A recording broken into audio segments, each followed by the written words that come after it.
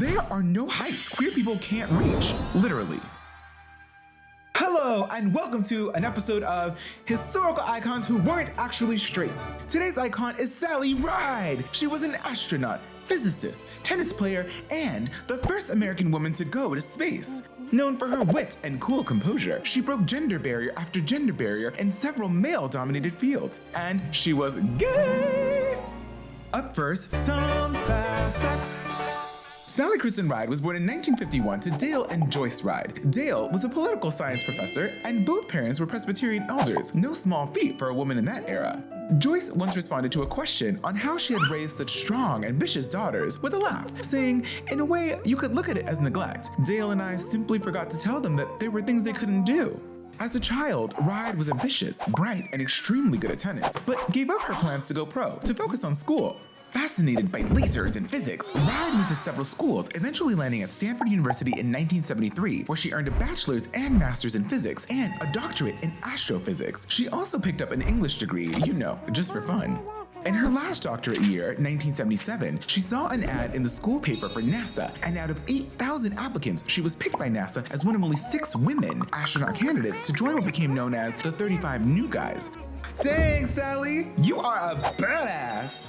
Unfortunately, Sally and her fellow female trainees had to handle their fair share of sexism. Sally answered sexist press conference questions with humor and composure, retorting at one point, "Why doesn't anybody ask Rick those questions?" Described as a reluctant role model, Ride was often surprised that people were so curious and impressed with her accomplishments, seemingly just because she was a woman, saying, "It may be too bad that our society isn't further along and that this is such a big deal."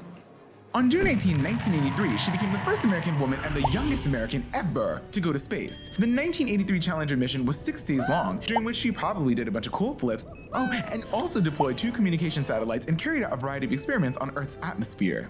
In 1984, Ride served on a second space mission aboard Challenger. This time, she had a friendly face on board, her childhood friend Catherine Sullivan, who became the first American woman to walk in space. These women were literally out of this world.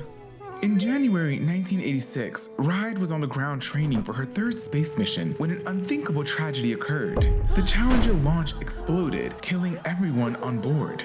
Ride was subsequently appointed to the Presidential Commission to investigate the accident. After the catastrophic event, NASA suspended shuttle flights for more than 2 years. In 1987, Ride decided to explore new adventures and left NASA. She taught physics at the University of California and wrote and collaborated on multiple children's books on space. She founded Sally Ride Science, an organization that encouraged children, especially young girls and minorities, to pursue science, math, and technology, saying simply, "You can't be what you can't see." Ride was diagnosed with pancreatic cancer at age 59 and died at home on July 23, 2012. Now on to the queer stuff. Ride was married for 5 years to fellow astronaut Stephen Hawley, and she also privately identified as a gay woman.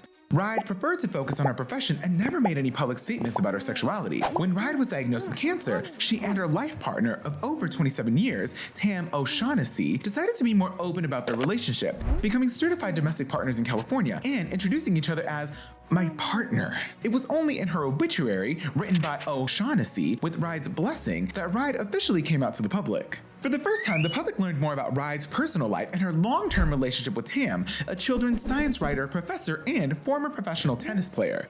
They became a couple in 1985, 2 years after Sally's first historic space mission, although they had first met while playing tennis when they were 12 and 13. I guess love does mean something in tennis after all.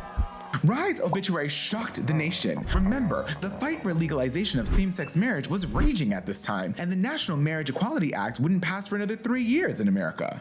Some thought it an outrage, and others celebrated the discovery of a new LGBTQ icon. In spite of her fears about how her sexuality would be perceived, support for Ride came out tenfold after she died. Sarah McBride told Space.com that Ride demonstrated to the world that LGBTQ people can be astronauts, and that we can be a part of every single field and industry, and that we can do incredible things in those jobs. And in 2013, President Barack Obama posthumously gave Ride the Presidential Medal of Freedom, accepted in person by O'Shaughnessy. O'Shaughnessy said Ride struggled internally with accepting her sexuality while working at NASA, not wanting to hurt the organization by publicly coming out. She referred to the presentation of the medal as her and Sally's national coming out, saying she was grateful for the posthumous recognition. Ride is still the first and only acknowledged LGBTQ+ astronaut. Although she wasn't publicly out during her lifetime, Ride always pushed for inclusion. She always advocated for representation in male-dominated careers. To both O'Shaughnessy and Ride, not having role models while growing up was difficult. Tam stated that having role models that are visible in our society and around the world is priceless. Ride shows the less represented that they too can reach greatness and follow their dreams. Acknowledgement for Ride's achievements have only grown as the years go by. She will be one of the first women featured on Quarters beginning in 2022, and a biopic titled Ride, to be produced and directed by Joey Soloway, is currently in development. In conclusion, so there you have it. Sally Ride went all the way to space, but will forever be remembered for who she was on Earth. Her legacy opens the door for all of us who come after her, and that's truly stellar. Check out another episode of Historical Icons here.